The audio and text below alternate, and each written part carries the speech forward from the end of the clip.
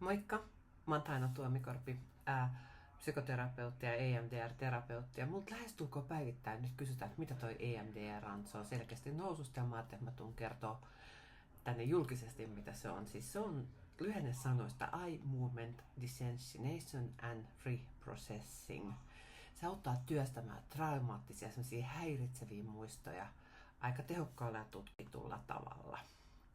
Se on aivojen luonnollista toimintaa, että siellä silmän liikkeellä tai tämmöisellä bilateraalisella ärsykkeellä niin simuloidaan niitä traumoja. Me tiedetään, että trauma jää meidän kehoon ja meidän tavoite on saada sieltä kehosta sitä traumaa pois. Siinä uudelleen prosessoidaan niitä traumaattisia muistoja, jolloin se vähentää sitä emotionaalista kuormitusta aika tehokkaasti. Ja tätä on tutkittu tosi paljon, että 84-90% yksittäisen trauman kokeneesta vapautuu niistä posttraumaattisesti stressihäiriöiden oireista 3-5 istunnossa. Yksi kerta ei tee vielä ihmeitä. Joskus sekin tekee, mutta se ei tee. Ja jos trauma on niin pitkittynyt, niistä voidaan käyttää toki siihenkin, mutta täytyy aina muistaa, että se pitää varata enemmän aikaa. PTSD, eli posttraumaattista stressihäiriötä sairastavat ihmiset hyötyy tosi paljon siitä. Ahdistuneisuus masennusoireista kärsivälle, koska usein taustalla löytyy jotain traumaattista kohtelua, traumaattista lapsuutta, pitkittynyttä stressiä. Kaiken ikäiset lapsetkin tekee, lapsillekin se hyödyttää. Ja erityisesti se on, mä käytän aika paljon kiintymyssuhdetraumaa hoidossa sitä. Eli tavallaan niitä arjen kuormittavien muistojen käsittelyä. Ja varsinkin silloin, jos ne on alkanut oireilemaan vaikka paniikkihäiriönä, ahdistuskohtauksina, jumittuneina ajatuksina, joista on vaikea muuten päästä eroon. Mä sanon, että sä löydät netistä kaiken näköistä, mutta mee ammattilaiselle ihan oikeasti, mee koulutetulle psykoterapeutille. Sen takia, koska se peruskoulutus tähän EMDR edellyttää tämän psykoterapeutin, psykologin, psykiatrin tai psykiatrisen sairaanhoitajan pohjakoulutusta. Ja sen lisäksi vielä usein aina se 4 vuotta psykoterapeutin koulutus. Se kertoo sulle sen taustan, että se on vahva hoitomuoto ja se auttaa.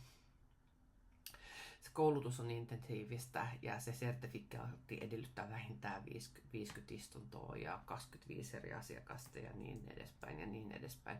Mutta se kertoo sen vahvan pohjakoulutuksen, intensiivisen EMDR-koulutuksen ja se antaa sen valmiuden, että sä tiedät, miten sä suhtaudut tiettyihin tilanteeseen. Suomessa EMDR-terapeutin sertifiointi on tämmöisen pitkän prosessin tulos ja sitä tekee EMDR-yhdistys. Se on aina 5 vuotta voimassa ja lapsille ja nuorille se vaatii eri koulutuksen, mitä esimerkiksi mulla ei ole. Mä oon jo 2000-luvun alussa käynyt nämä koulutukset täällä Traumaterapiakeskuksessa ja mulla ei ole lapsiin ja nuoriin sitä koulutusta lainkaan, mutta mä oon tehnyt ihan jäätävät määrät sitä aikuisten kanssa.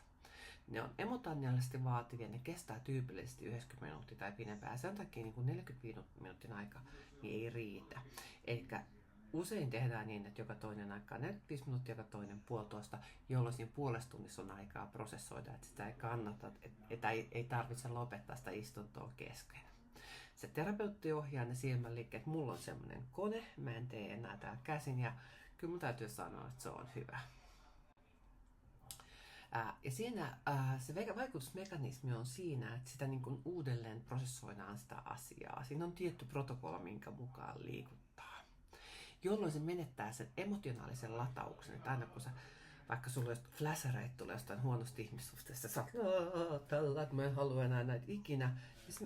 Sä muistat sen toki sit jatkossakin, mutta sulla ei tule enää semmoista emotionaalista reaktioa siihen.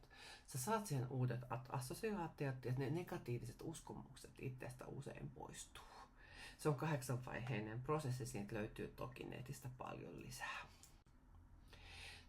Tutkimustuloksia siitä on tehty paljon, siitä on yli 30 kontrolloitua tutkimusta tehty siitä tehokkuudesta trauman hoidossa Amerikkalassa ja maailman terveysjärjestössä, jotka on kaikki niin kuin laittanut sen vaikuttavien hoitojen muotoa traumojen hoidossa.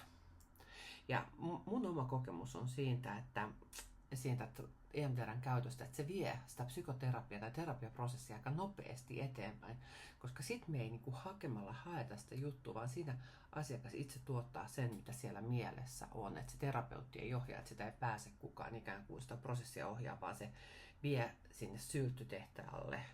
Jos ei ekalla, niin toisella kerralla lähdetään yleensä aika kovasti. Että se tavallaan nopeuttaa sitä terapiaprosessia musta aika kivasti. Käytännössä siinä rakentuu se luottamus tietysti niin kuin tavallisessa terapiasuhteessakin asiakkaan ja terapeutin välillä, että se mahdollistaa sen traumojen käsittelyä, että se asiakas voi luottaa, että ne asiat pysyy siellä terapiahuoneessa ja että siellä on turvallista olla ja antaa ikään kuin sen prosessin viedä.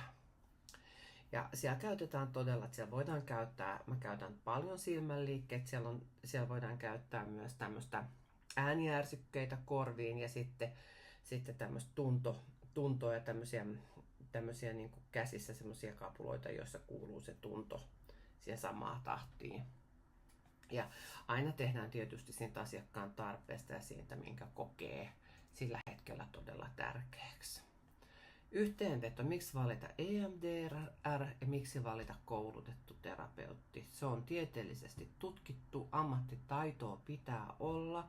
Jos tulee niin kuin isompia traumaa, pitää pystyä tunnistamaan ja hoitamaan ne asiakkaan kanssa. Ja kaksoisaikavastaanotolla mahdollistaa syvällisen ja rauhallisen terapian ilman sitä kiirettä.